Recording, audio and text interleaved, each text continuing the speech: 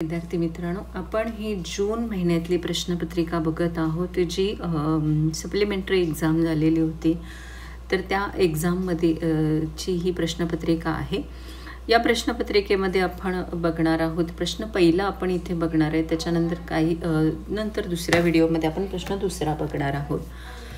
सर्वप्रथम प्रश्नपत्रिका नीट पाहणं वाचणं हे अतिशय आवश्यक असतं. प्रश्नपत्रिका नीट पाहिल्यानंतर प्रश्नपत्रिका आपण सोडवायला घेणं गरजेचं असतं.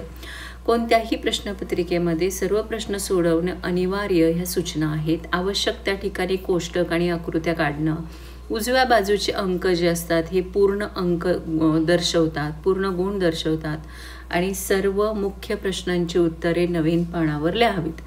तर आपण ह्या सूचना वाचल्यानंतर आपण आता इथे प्रश्न बघायला सुरुवात करूया. पहिला प्रश्न आपल्यासमोर दिलेला आहे, योग्य पर्याय निवडा. सूक्ष्म अर्थशास्त्रीय विश्लेषणात वापरली जाणारी पद्धत, आता इथे आपल्याला 4 पर्याय दिलेले आहेत. एक राशी पद्धत, समग्र पद्धत, विभाजन पद्धत आणि सर्वसमावेशक पद्धत. सूक्ष्म अर्थशास्त्र म्हटले त्यामुळे विभाजन पद्धत हे बरोबर उत्तर आहे. तर पर्याय येणार आहे फक्त क हा याचा पर्याय आहे. त्यानंतर पूर्ण स्पर्धेत विक्रेत्याची भूमिका पुढील प्रकारची असते. पूर्ण स्पर्धेचा बाजार हा असंख्य विक्रेत्यांचा बाजार असतो, त्यामुळे विक्रेत्याची भूमिका ही किंमत स्वीकारणारा असतो. त्यामुळे पर्याय क्रमांक 2 फक्त ब हा याचा पर्याय आहे. म्हणजे पूर्ण स्पर्धेतल्या विक्रेत्याची भूमिका या प्रकारची असते. त्यानंतर प्रश्न तिसरा आहे, किंमत निर्देशांकाच्या संदर्भात असलेली विधानं शोधा. पहिलं विधान आहे की हे एक भौगोलिक साधन आहे. दुसरं विधान आहे हवेच्या दाबाचे मोजमाप केले जाते. निर्देशांकात आर्थिक चलातील सापेक्ष बदलांचे मोजमाप केले जाते. निर्देशांक हा विशिष्ट सरासरीमध्ये असतो. तर हे पर्याय क्रमांक क आणि ड हे बरोबर आहेत या ठिकाणी. त्यामुळे क आणि ड हा या ठिकाणी योग्य पर्याय आहे. सरकारच्या सक्तीच्या कार्यामध्ये पुढील कार्याचा समावेश होतो. परकीय आक्रमणांपासून संरक्षण, अंतर्गत कायदा व सुव्यवस्था, कल्याणकारी उपाययोजना, वस्तू व सेवांची निर्यात. तर परकीय आक्रमणांपासून संरक्षण, सक्तीची कार्य विचारलेली आहेत सरकारची आणि अंतर्गत कायदा आणि सुव्यवस्था. त्यामुळे पर्याय क्रमांक 2 ब अ आणि ब हे याचं बरोबर उत्तर आहे. विदेशी व्यापाराचे खालील प्रकार आहेत. एक आयात व्यापार बरोबर आहे, निर्यात व्यापार बरोबर आहे, पुनर्निर्यात व्यापार बरोबर आहे. विदेशी व्यापाराचे एकूण 3 प्रकार आहेत, आयात, निर्यात आणि पुनर्निर्यात व्यापार. अ, ब आणि क हा पर्याय या ठिकाणी बरोबर आहे. हा आपण इथे 5 मार्कांचा प्रश्न आपण इथे बघितला. पहिला प्रश्न आपला एकूण 20 गुणांचा असतो आणि त्यामध्ये पहिला आपल्याला 5 गुणांचा प्रश्न योग्य पर्याय निवडा हा होता. त्यानंतर पुढचे 5 गुण जे आहेत त्या 5 गुणांचा प्रश्न आहे, आर्थिक पारिभाषिक शब्द लिहा. अशी इच्छा की जिला खरेदी शक्तीचं पाठबळ आणि ते खर्च करण्याची मानसिक तयारी असते तिला मागणी असं म्हणतात. म्हणजे इथे आर्थिक पारिभाषिक शब्द जो आहे तो शब्द आहे मागणी.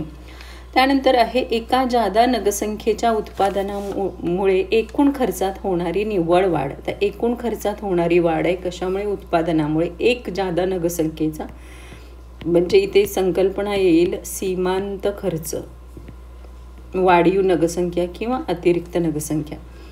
पुढे आहे की असा बाजाराचा प्रकार ज्यात काही विक्रेते असतात. काही विक्रेते म्हटलं की अल्पाधिकारी येणार इथे.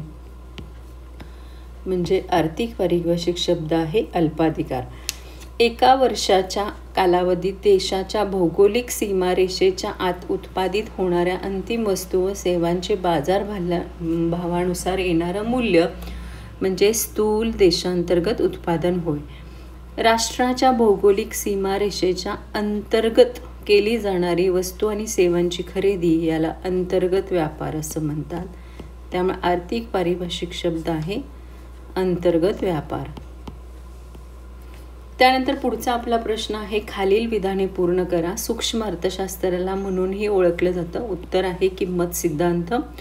जेव्हा एकूण उपयोगिता महत्तम असते तेव्हा सीमांत उपयोगिता 0 असते. जेव्हा क्ष अक्षास समांतर असलेल्या किंमत लवचिकता मागणी वक्र, श अक्षास समांतर असलेला किंमत लवचिकतेचा मागणी वक्र हा संपूर्ण अलवचिक असतो. भारताचे राष्ट्रीय उत्पन्न मोजण्यासाठी केंद्रीय सांख्यिकीय संघटनेद्वारे वापरली जाणारी पद्धत आहे उत्पादन पद्धत आणि उत्पन्न पद्धत याचे एकत्रीकरण.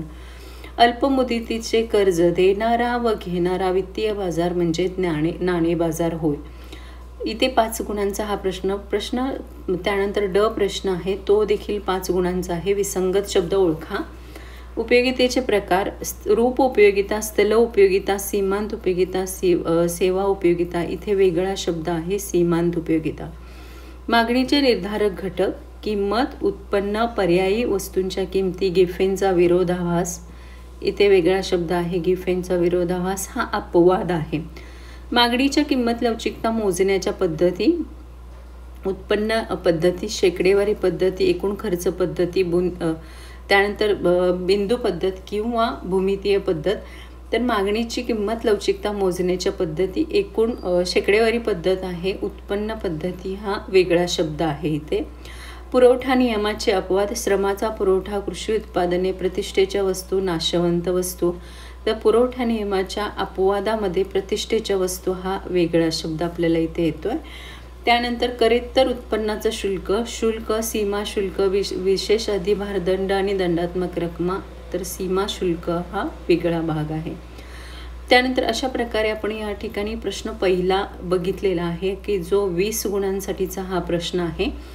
अर्थशास्त्राच्या या प्रश्नपत्रिकेमध्ये एकूण आपण जर धड्यांचा आणि यामध्ये सूक्ष्म अर्थशास्त्र हा धड्यावरती बऱ्याचशा आपल्याला रिकाम्या जागा 1-2 रिकाम्या जागा दिसत आहेत.